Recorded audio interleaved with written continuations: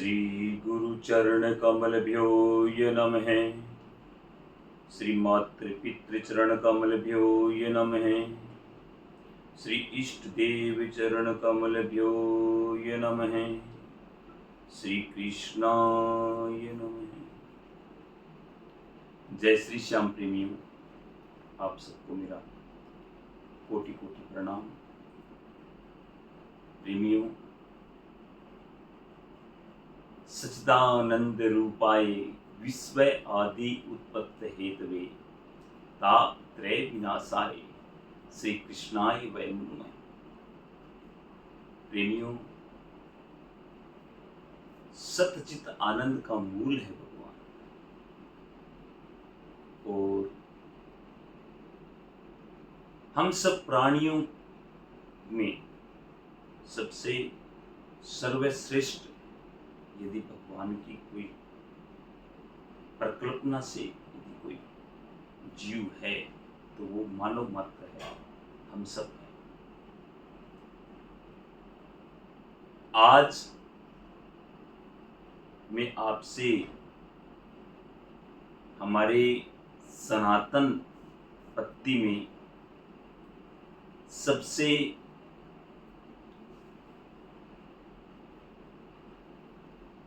बड़े यदि कोई ग्रंथ का नाम लूं तो वो है भगवान श्री कृष्ण जी के द्वारा गाई गई श्री गीता जी। गीता जी एक सामान्य पुस्तक की तरह ही एक पुस्तक है जिसको हम ग्रंथ कहते हैं। इसमें 700 श्लोक हैं, लेकिन ये जो 700 श्लोक हैं, इनका उद्गीत जो है वो यदि हम सनातन परंपरा से समझें तो संपूर्ण वेदों का ज्ञान, वेदों के वेदांत यानी उपनिषदों का ज्ञान, मीमांसाओं का ज्ञान, 6 शास्त्रों का ज्ञान, 18 पुराणों का ज्ञान यदि कहीं एक साथ इकट्ठा किया जाए तो वो श्री गीता जी बनती है। श्री गीता जी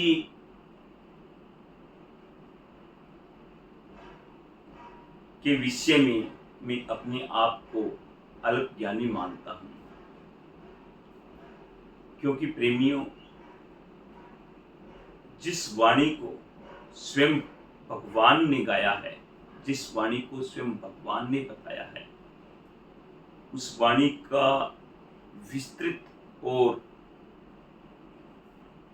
था पाना किसी मानव के लिए संभव नहीं है।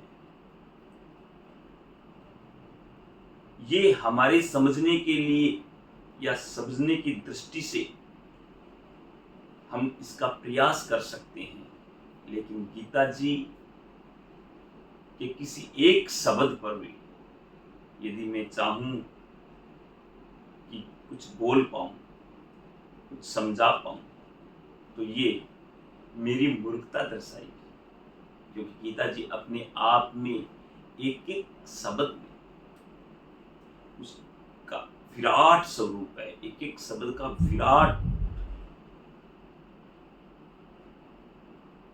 अर्थ निकलता है। सच बोलूं तो मैं आपको गुरुदेव की कृपा से और गीता जी को बताने का साहस ही कर रहा हूं, समझने का साहस कर रहा हूं। ये मेरी अल्प बुद्धि में जितना प्रभु ने प्रकाश दिया, उसी अनुसार मैं आप सबके बीच में गीता जी को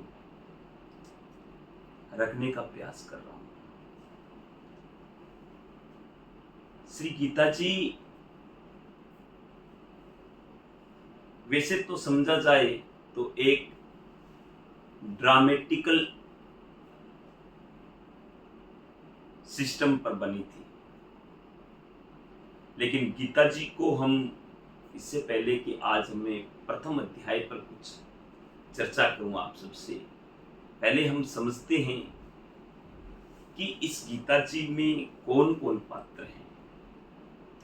और इस गीता जी का जो 18 अध्याय हैं, उन 18 अध्यायों में हमें क्या क्या सीखने को मिलेगा।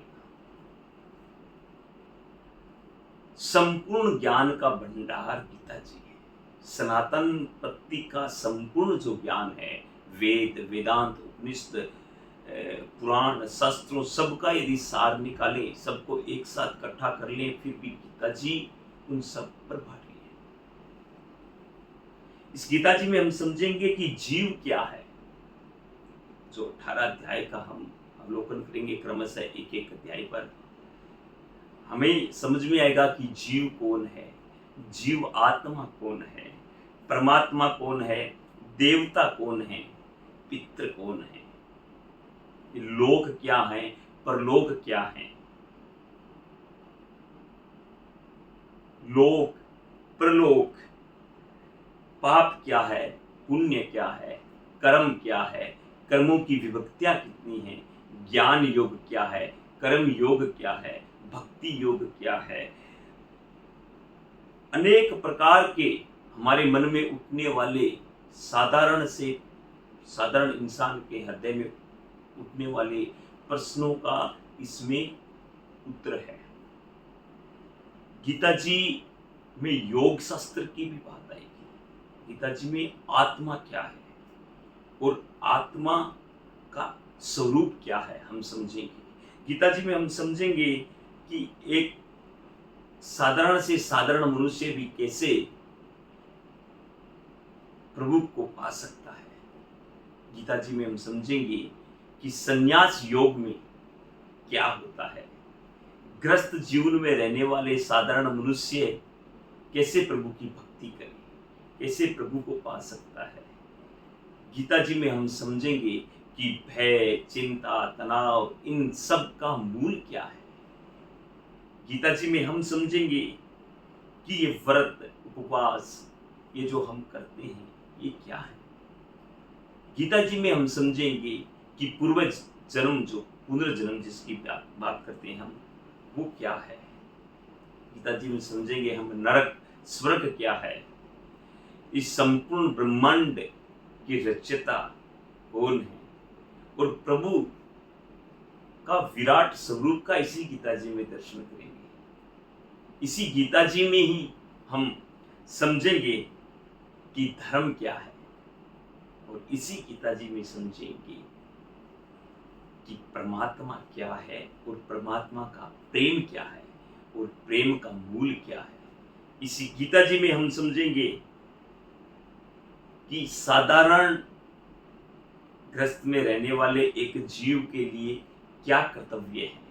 इस गीता जी में हम समझेंगे कि प्रत्येक जीव का लक्ष्य क्या है। प्रत्येक जीव जो यहाँ इस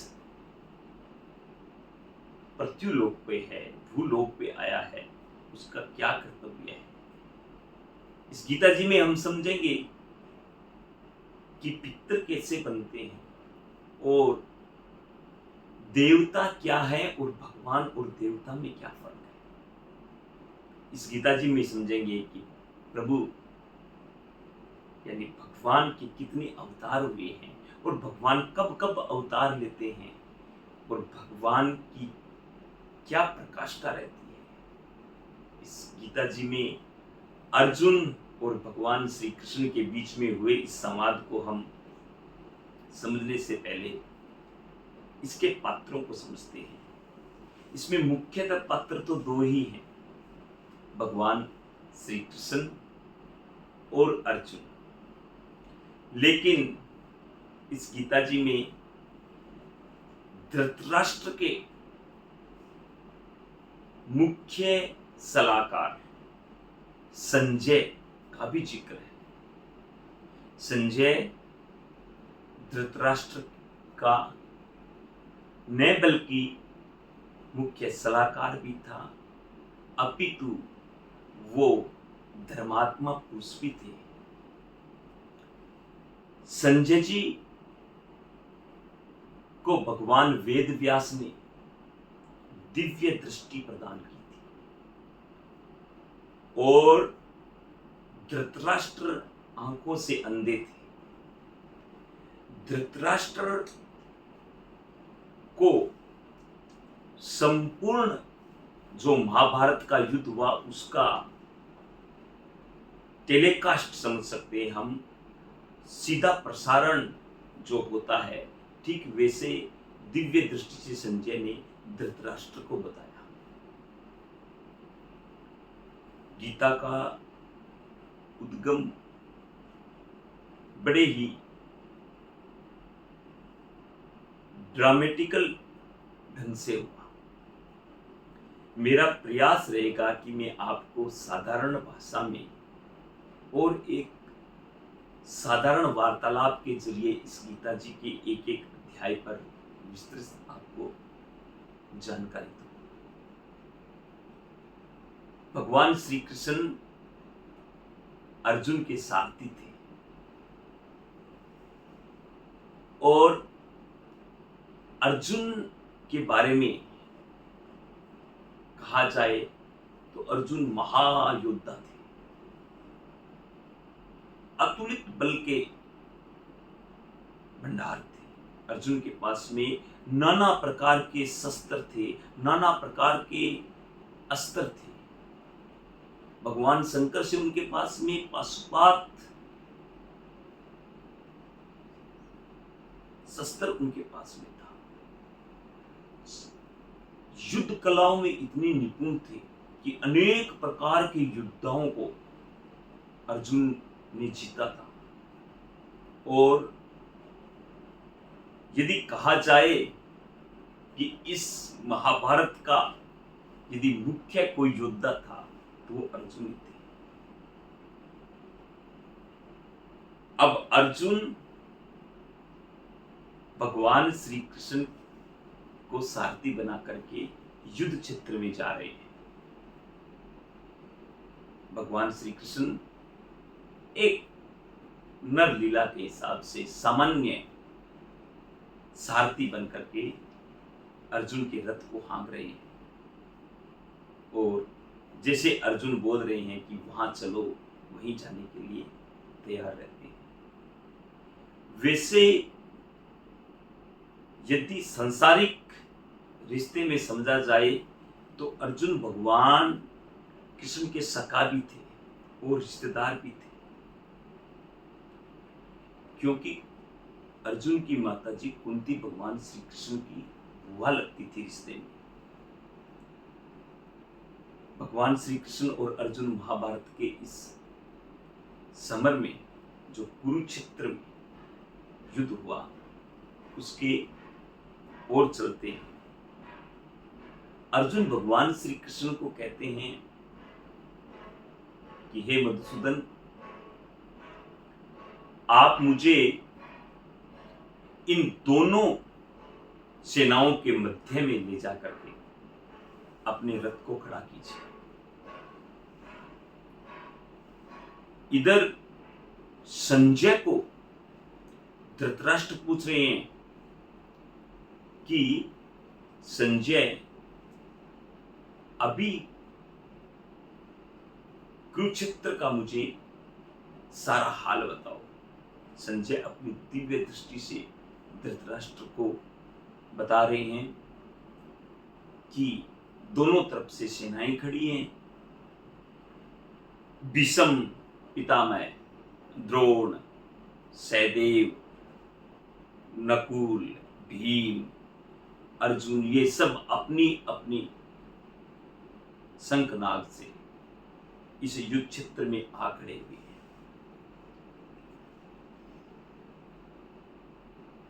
भगवान श्री कृष्ण जब रथ को दोनों सेनाओं के मध्य में ले जाकर खड़ा किया, तब भगवान ने अर्जुन को कहा कि अर्जुन, ये एक तरफ तो आपके जो भाई हैं, बंधु हैं, आपके साथ में जो युद्ध खड़ा होकर के युद्ध लड़ने के लिए आए हैं वो खड़े हैं, और सामने आपके परम शत्रु हैं जिसमें आपको इन महान योद्धाओं से युद्ध लड़ना है। इसमें भीष्म पितामह, आचार्य गुरु द्रोणाचार्य जैसे महान योद्धा हैं। अर्जुन देखने लगा कौरव सेना की ओर, और अर्जुन देखते देखते अपने मन में युद्ध की कल्पना करने लगा। अर्जुन मन में कल्पना कर रहा है कि मेरे द्वारा और मेरे भाइयों के द्वारा संपूर्ण कौरव सेना का नाश हो रहा है, और मैं भीष्म पितामह को मार रहा हूं, अपने गुरु द्रोणाचार्य को मार रहा हूं, मैं जयद्रथ जैसे महाबलशाली अनेक योद्धाओं को अपने हाथ से मार रहा हूं। चूंकि अर्जुन योद्धा के साथ साथ धर्मपरायण भी थे, अर्जुन का मन वहां भ्रमित हो गया इस कल्पना को देख करके। अर्जुन देख रहा है कि मेरे हाथों से न जाने कितने सैनिकों का वध हो गया।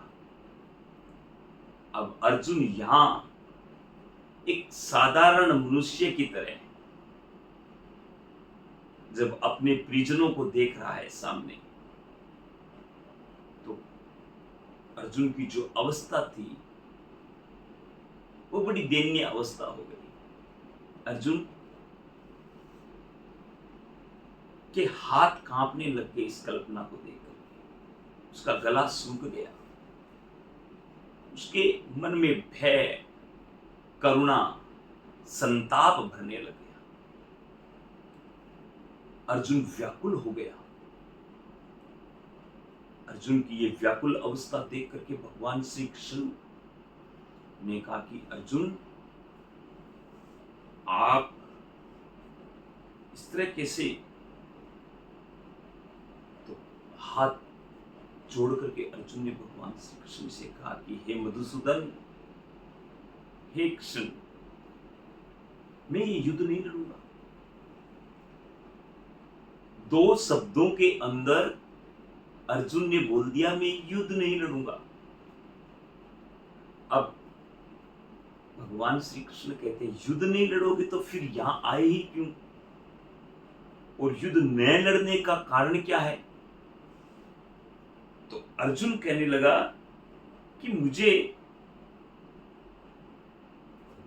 अपने परिजनों को मार करके, अपने गुरुजन को मार करके, अपने पितामह, चाचा, ताऊ, ससुर, अनेक प्रकार के मेरे रिश्तेदारों, इन सबको अगर मैं मार करके और यदि राज्य का भोग भोगूंगा तो मुझे कितना महान पाप लगेगा। मेरा ये जो जीवन है ये नरकगामी की जैसे हो जाएगा, और इस लोक में अगर मैं राज्य भोग भी भोगूंगा तो नरकगामी बन जाऊंगा। भगवान श्री कृष्ण ने कहा कि अर्जुन, ये तो कोई बात नहीं हुई। अगर तुम्हें युद्ध नहीं लड़ना था तो फिर तुमने इतने महान तपस्या कर करके जो शस्त्र प्राप्त किए उनका क्या करोगे? और फिर ये इतना बड़ा युद्ध का पहले ही तुम्हें ये सोचना चाहिए था। अर्जुन ने कहा कि मैं इस युद्ध की कल्पना से भयभीत हो गया हूं, और मेरा जो मन है किसी प्रकार से युद्ध करने के लिए तैयार नहीं हो रहा है। अर्जुन की करुण अवस्था थी, और ऐसा कहकर के अर्जुन ने अपनी गांडीव धनुष थी उसको, जो भगवान वरुण से प्राप्त की थी, उस गांडीव धनुष को रथ के पीछे जाकर के रख दिया, और भगवान श्री कृष्ण को कहने लगा कि हे सखा, मुझसे ये युद्ध नहीं होगा। भगवान श्री कृष्ण सामान्यतः अर्जुन को समझा रहे हैं कि याद करो।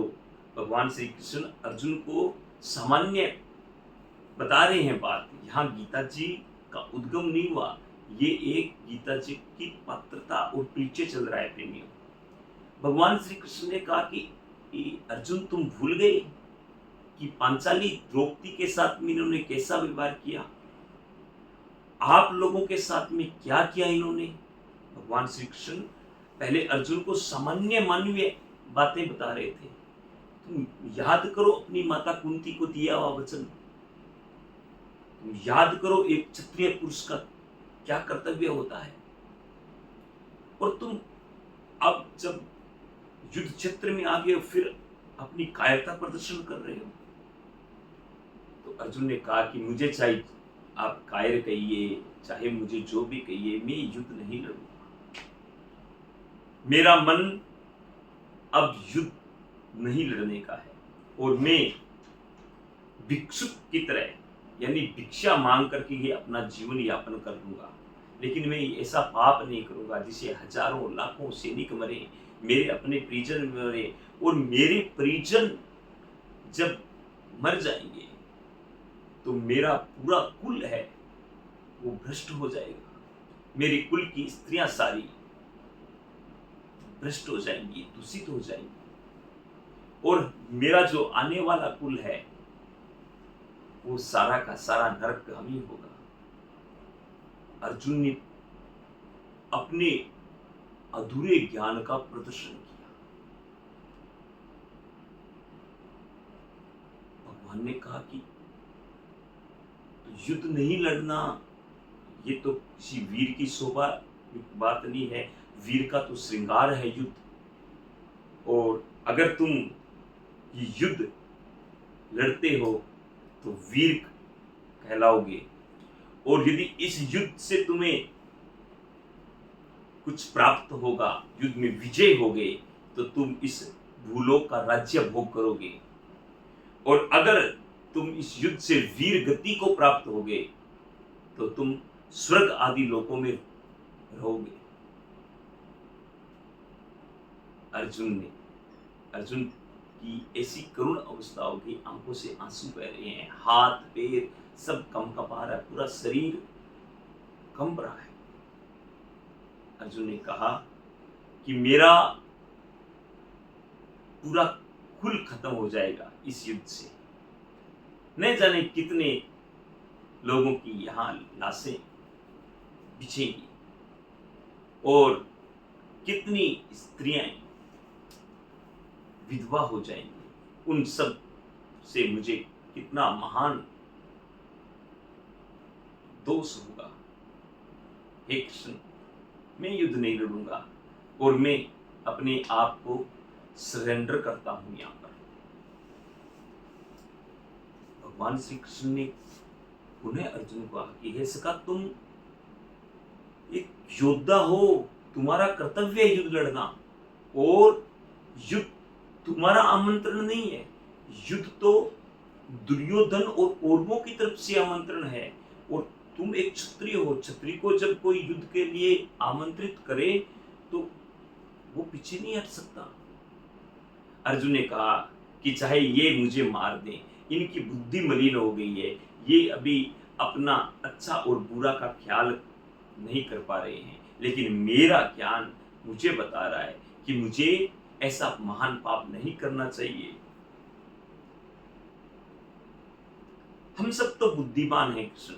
यहाँ अर्जुन ने कहा कि हम सब तो बुद्धिमान हैं कृष्ण, हम ऐसा महान पाप करेंगे। ये दुर्योधन कौरव ये तो है तो अपने सखा बंधु ही, इनको राज्य का भोग सुख चाहिए, इनको जो चाहिए वो दे दो, लेकिन मुझे युद्ध नहीं लड़ना। ऐसा कहकर के अर्जुन हाथ जोड़कर भगवान श्री कृष्ण के चरणों में। प्रेमियों, इस